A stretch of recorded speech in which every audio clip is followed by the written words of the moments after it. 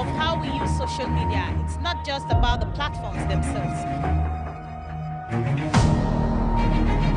To the preservation of the national unity and democratic stability. Water is life, water is an essential service, and then we must have to carry out the residents. Local communities are not only vital to the growth of society, but they also form the bedrock of humanitarian development.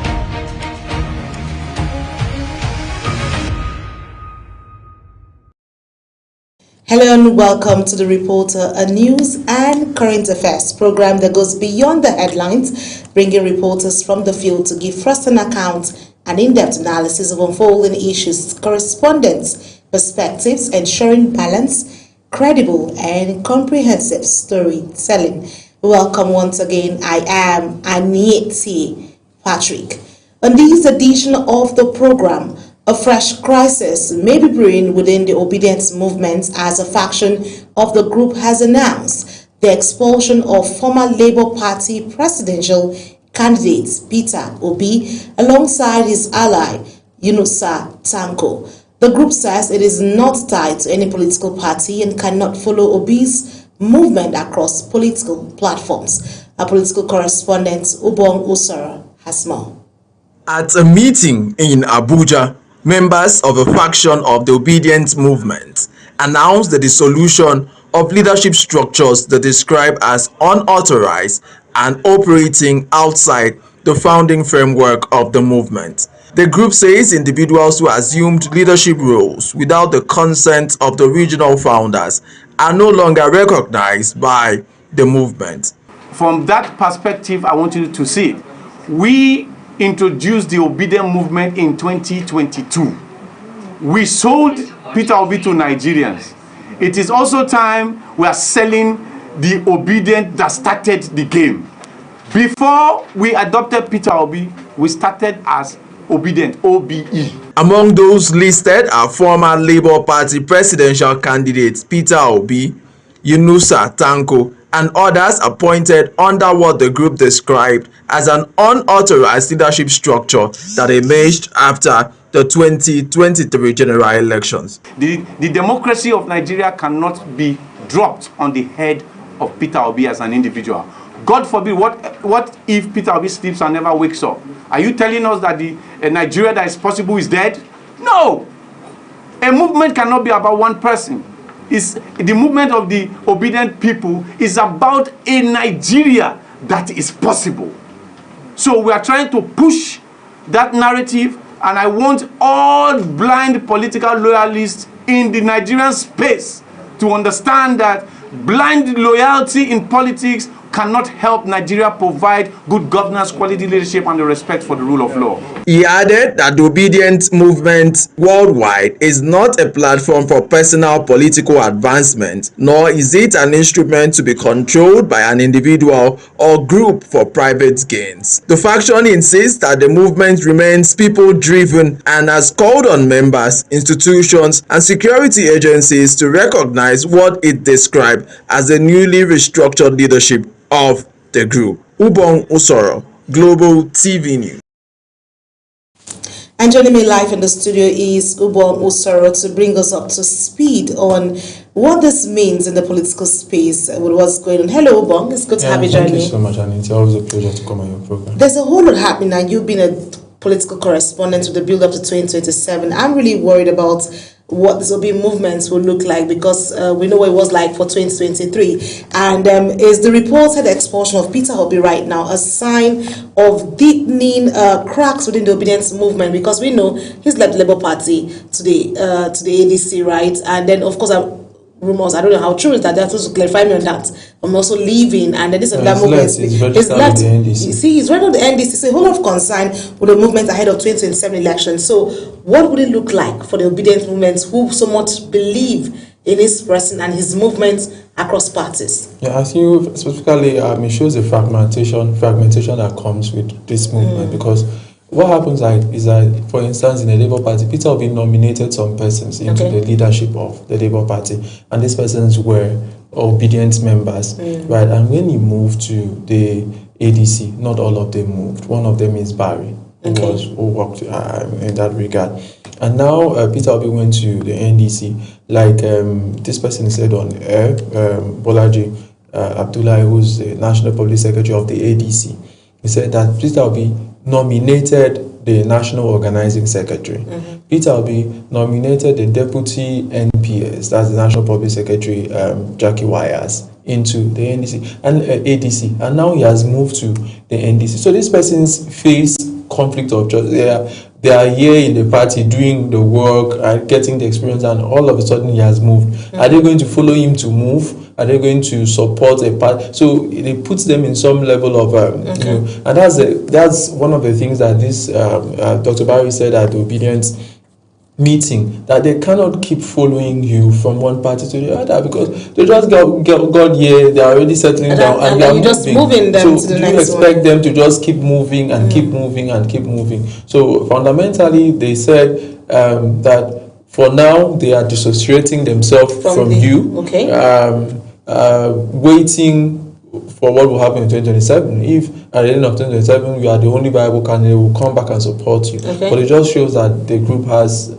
leadership issues, and it will need somebody to sit down and do the hard work of settling that dispute. So one concern that a lot of Nigerians or everyone across the board want to ask is the fact that, can this movement remain united and influential if, for instance, key figures like Yunusa himself, Tanko, are pushed out by internal factions? Because, like you said, he's been moving across board, and there's a leadership crisis, of course. Can they remain influential for people like Yunusa? Yeah, I think what is going to happen, the Bible says a house that is divided against itself cannot stand. So this house is divided, so it will affect the messaging. Remember, all of these persons came together in 2023 to promote one messaging: Peter Obi, Peter Obi, Peter Obi. Now the messaging is going to be separated, so it will affect the level of mobilization, it will affect the level of build up to the election, and we are going to see that also may affect the votes.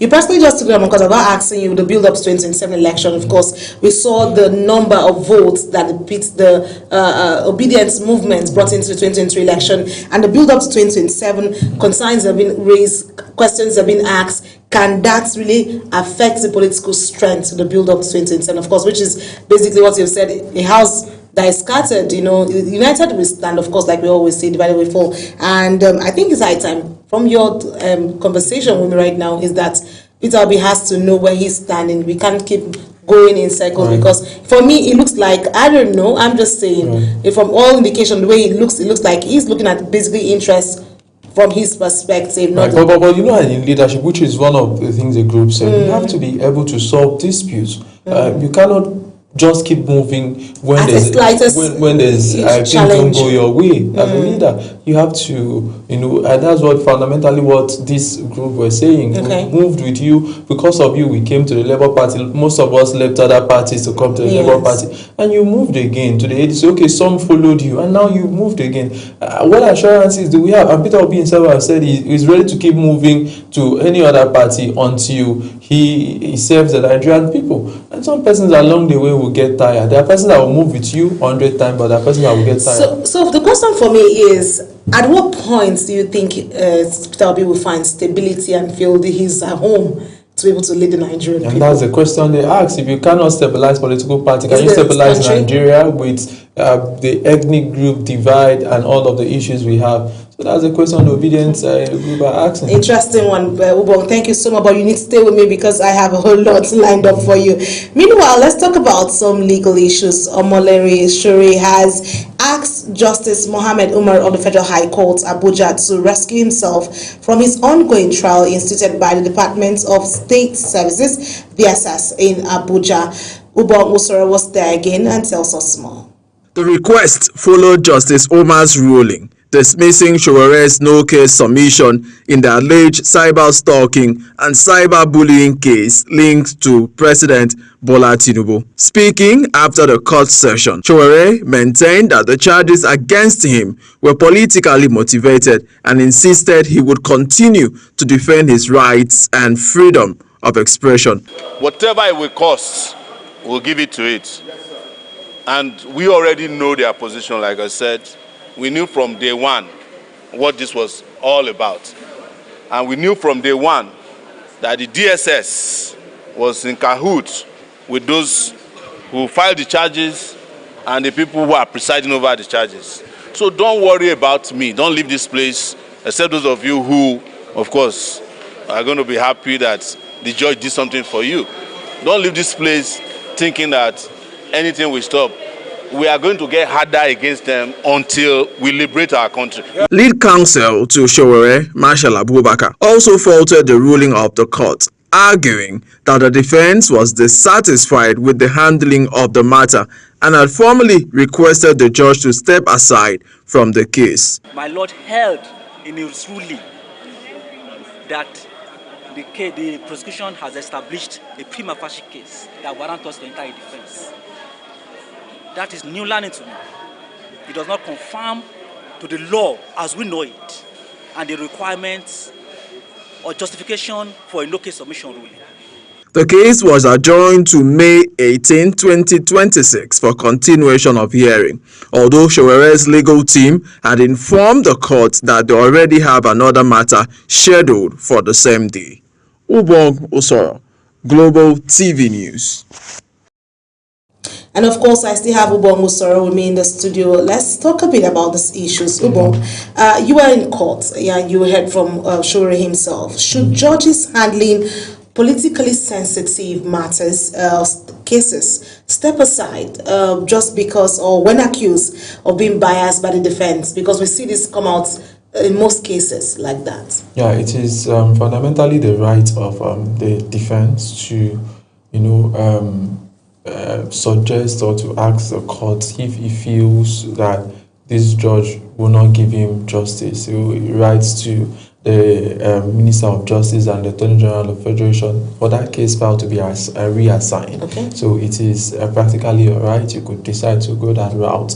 So it is now left in to the violation of the person who is accused. Remember that matters before justices are matters that are very serious. There are matters between life and death. There are matters that will affect your whole life, your family. So if you feel that this person will not listen to you, and they gave, but you have to prove it in the course of the trial, and you feel that this person is not somebody that should listen to your, you can actually put that out. And sure, what they said was that you asked our trial lawyer, you asked our lawyer to kneel down, right? Barrister Marshall some months ago. So, and we know that that's against the judiciary protocol, right? You could have commuted him, you could have asked him out of the court, or you denigrated him. So already we have measured down. We do not feel that you will give us justice. So it will send it to the Minister of Justice, who now look at the merits and decide if it's a foundation enough to ask the judge to recuse himself. Okay, so we've actually had several cases in courts and all that. So we're wondering, is Sowore's trial about cyber stalking or just a test of freedom or expression of himself in Nigeria? Because we've seen his cases over and over, in and out of the DSS custody and in court. But I think now Sowore has about, is it 4? It should be like 4 cases. This particular case is a case between Sowore, the prosecuted for the federal government of Nigeria by the DSS, cyber stalking and cyber bullying. It was a case where Sowore alleged that President Bola Ahmed Tinubu is a criminal, right? And the DSS is prosecuting and saying that contravenes the Nigerian cyber stalking and cyber bullying acts, right? So, and Sowore have said that the president himself has never said he's not a criminal. So why are you overacting and overhyping yourself?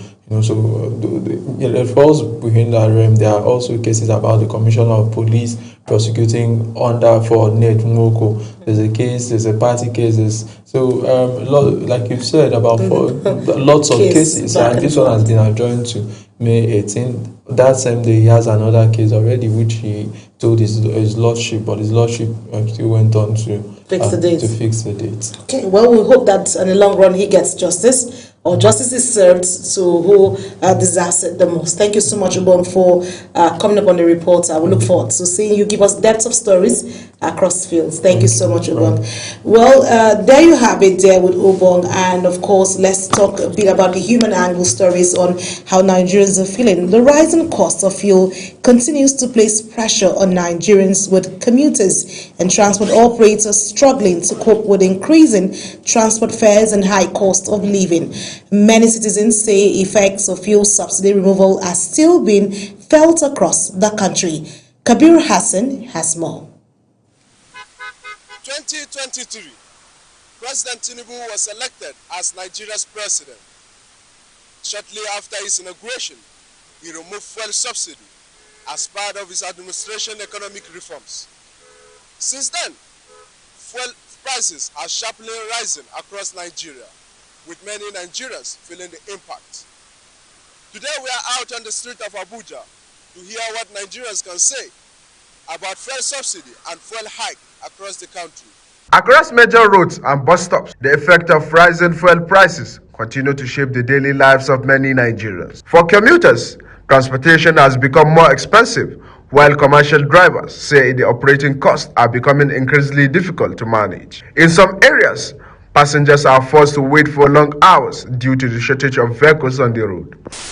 The high price of fuel in Nigeria is causing a lot of havoc. The challenges of this fuel is caused by certain elements in this country who feel that things should not be done right. Lots of challenges. Like before now, I used to pay from here to Maraba 500 at most, but now it's almost 1,012. Transport operators say beyond the high cost of fuel, the country's refining challenge have continued to contribute to the situation. Many believe local refining could help reduce dependency on imported petroleum products and ease the burden on citizens.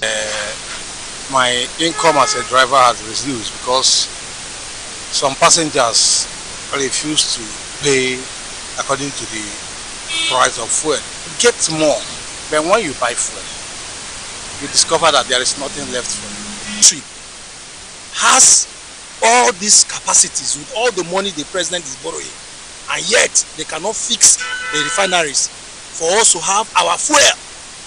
Then it is rather unfortunate, but people are suffering. The economy is very hard and very bad. The purchasing power is not there. So, and the little one you have, I use it to come to town to look for your daily bread. You spend it.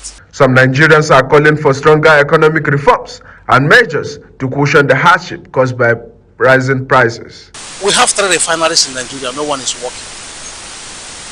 Had they been there working, I don't think this fuel will go to this length. Solution is number one, let's have a leader that is competent and sound upstairs. We're in a generation where we don't need people who don't understand systems, how systems operate. I think they should make provision to reduce the price, and they can if there's no way for them to reduce the price, they can provide buses that will be charging us at a lower price, please. As Nigeria continue to adjust the realities of fuel subsidy removal, many are calling for lasting solutions to ease the burden on citizens. The debate over fuel pricing and its impacts on the economy remains ongoing. Kabir Hassan, Global TV News. And of course, I have Kabir Hassan with me in the studio to talk to me on how Nigerians are really feeling. Hello, Kabir. Hi. It's good to have you join me. Let's quickly talk. I can feel the pain on the lips of Nigerians, but let's talk about the removal. Has the removal of the fuel subsidy really brought hardship on Nigerians or economic relief to Nigerians, owing to the fact that citizens have complained about the deepening hardship they are faced with on a daily? You know, during an interview with many of them across the road, they said that the fuel subsidy has no impact on the Nigerians at all. Mm-hmm. So because day by day, every day, the fuel keep increasing, and which means that Nigerians are suffering with the cost of living, cost of transportation, and many other things. And even the civil servant said, looking at what they earn as a minimum wage is not considered on the same level as the cost of fuel currently, because where they stay maybe outskirts of the town, so them coming to town every day to come to work, if you multiply that by their income, that it has exceeded that amount. So they said they are really suffering, and they need government to reconsider them and on their economic reforms. Okay, so let's look at the fact that, because I see even at the civil servant levels that people drop their cars at home and no longer driving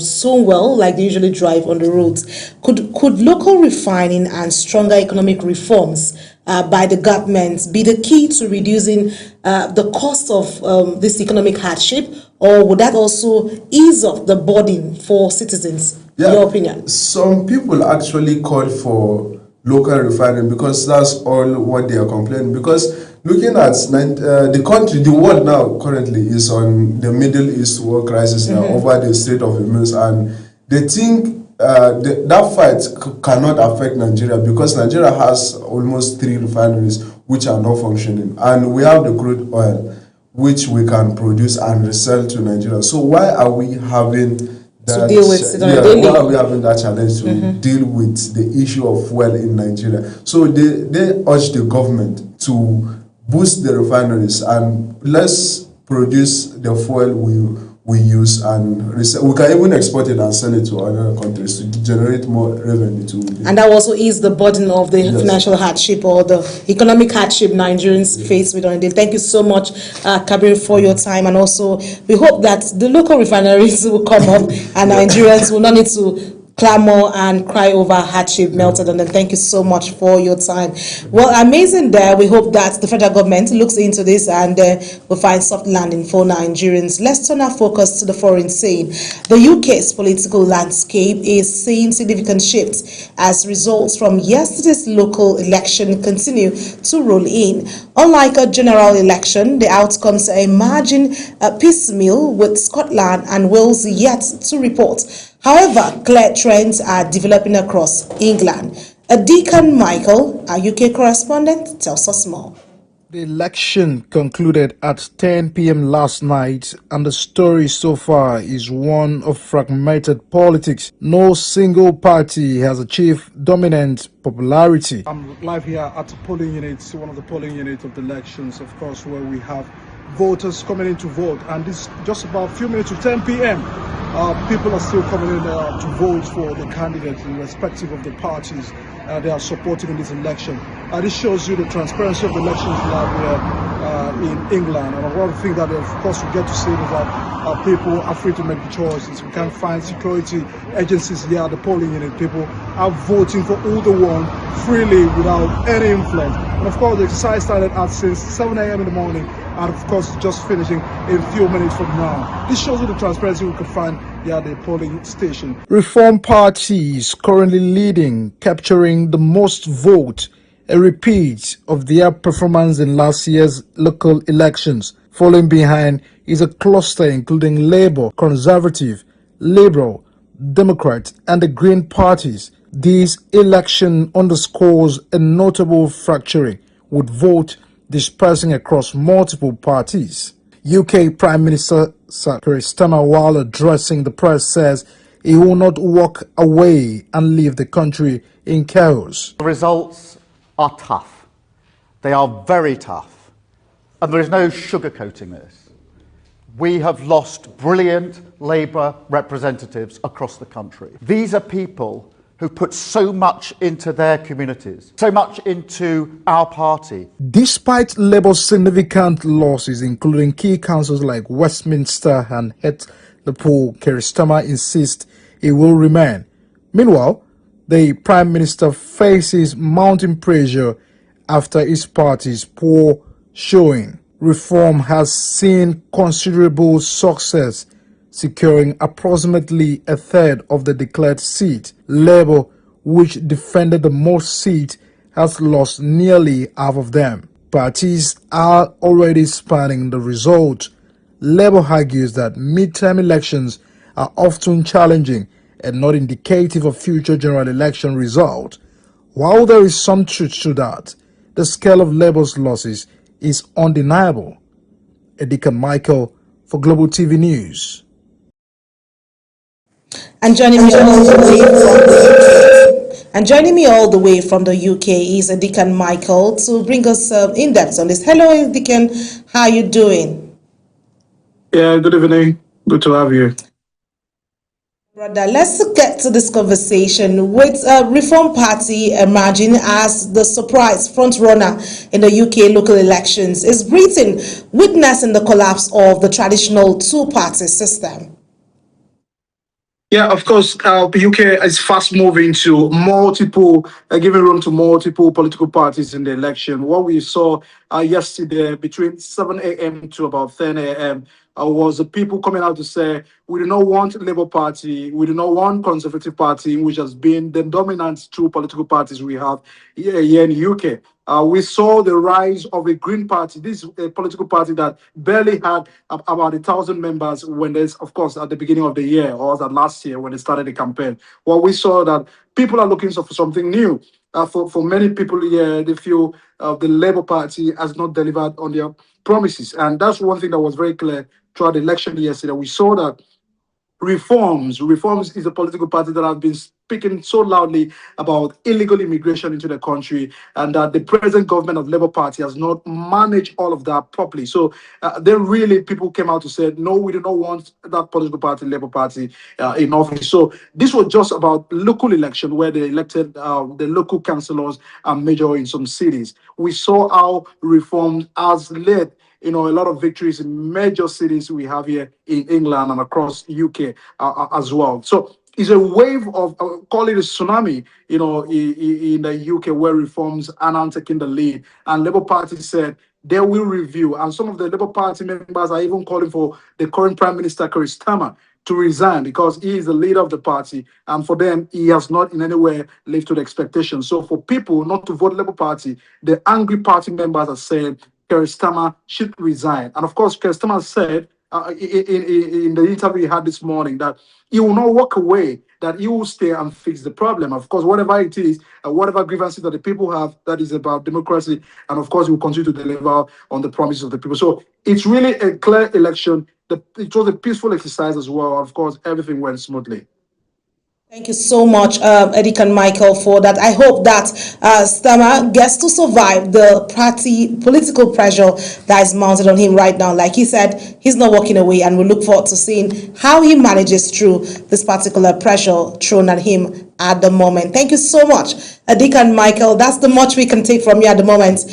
We say thank you for joining us, for also sparing out the time to be with us. Well, amazing here on The Reporter. That brings us to the size of the program, The Reporter. Thank you for watching and staying put on your screen. A quick reminder that Global TV is on DSTV channel 365 and StarTimes channel 276. To stay connected always, kindly follow us across all social media using @Global TV NG. I am Anieti Patrick. Thank you for watching.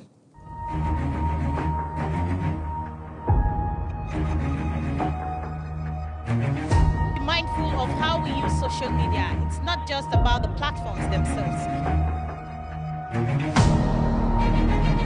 To the preservation of the national unity and democratic stability.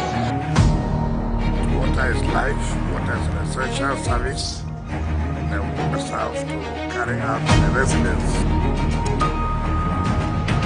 Local communities are not only vital to the growth of society, but they also form the bedrock of humanitarian development.